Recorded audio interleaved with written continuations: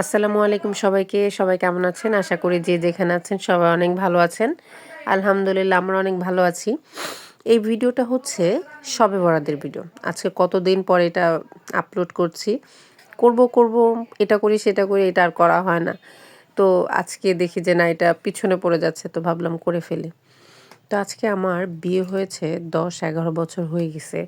এর মধ্যে প্রথমবার শবে বরাত আমি আমার বাবার বাসায় ভাই বোনের সাথে একত্রে পালন করব।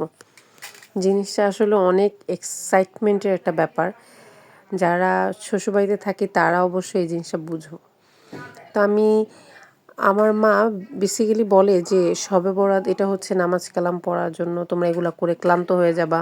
তো সে সবসময় অল্প কিছু করতো, মানে হচ্ছে এই হালুয়া রুটি এগুলো আমরা দেখলাম ছোটোবেলায় করতো, এর পথে সে করা বন্ধ করে দিছে।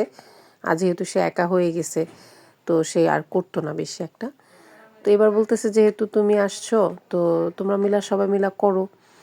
তো মা আর আমি যে সব কিছু বাজারঘাট করে আনছি, আমার ছোটো বোন মাংস কাটা থেকে শুরু করে সব করেছে। তারপরে হালুয়া আমি বানিয়েছি।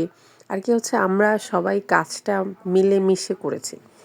জিনিসটা এত আনন্দের লেগেছে যে আসলে একটা ঈদ মনে হচ্ছিল। যে ঈদের মধ্যেও কিন্তু আমরা ভাই বোনরা একসাথে হতে পারি না, ঈদের দিনটাও না। ঈদের পরে শ্বশুরবাড়ি থেকে পারমিশন দেবে, তারপর বাবার বাসায় যাব। কিন্তু হচ্ছে শবে বরাতটাকে মনে হলো যেন এটা ঈদ। আমরা সবাই মিলে রান্না করেছি, সবাই মিলে কাজ করেছি।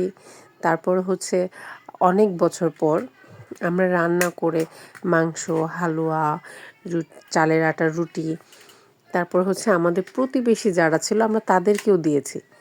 জিনিসটা আমার কাছে খুব ভালো লেগেছে। কিন্তু হচ্ছে কি, কষ্টের বিষয় হচ্ছে সবগুলো ভিডিও আমি করতে পেরেছি, কিন্তু হচ্ছে যখন আন্টিদেরকে দিয়েছি বা সবার বাসায় দিয়েছি, বা প্লেটে যে সাজানো, যে রুটি হালুয়া তারপর হচ্ছে মাংস, এটা যে একটা সাজানো, সেই সাজানোর ভিডিওটা আমি করতে পারিনি। এটা আসলে খুব একটা দুঃখের বিষয়। তো কারা কারা এইভাবে শবে বরাতটা পালন করেছেন জানি পুরাতন হয়ে গেছে, তারপরেও যদি কারো কাছে ভালো লাগে আমার ভিডিওটা তো দয়া করে উত্তর দিবেন যে কে কে এইভাবে পালন করেছেন। আবার এটা করে যে আমরা নামাজ পড়িনি এটা কিন্তু না, আমরা নামাজও পড়েছি। আমি, আমার 2 বোন, ভাই, আমার মা, আমরা সবাই মিলে নামাজ কালাম করেছি। আসলে কি, আমরা মুসলমানরা ঠিক আছে অনুষ্ঠান, শবে বরাত বলেন, শবে মেরাজ বলেন বা কদর বলেন, ঈদ তেহার বলেন, সব কিছু আমরা করি, কিন্তু হচ্ছে নামাজটা কিন্তু বাদ দেওয়া যাবে না। আর নামাজটা আমরা পড়ি। তো এটা করে যে আমরা নামাজ পড়ব না এটা কিন্তু করলে চলবে না।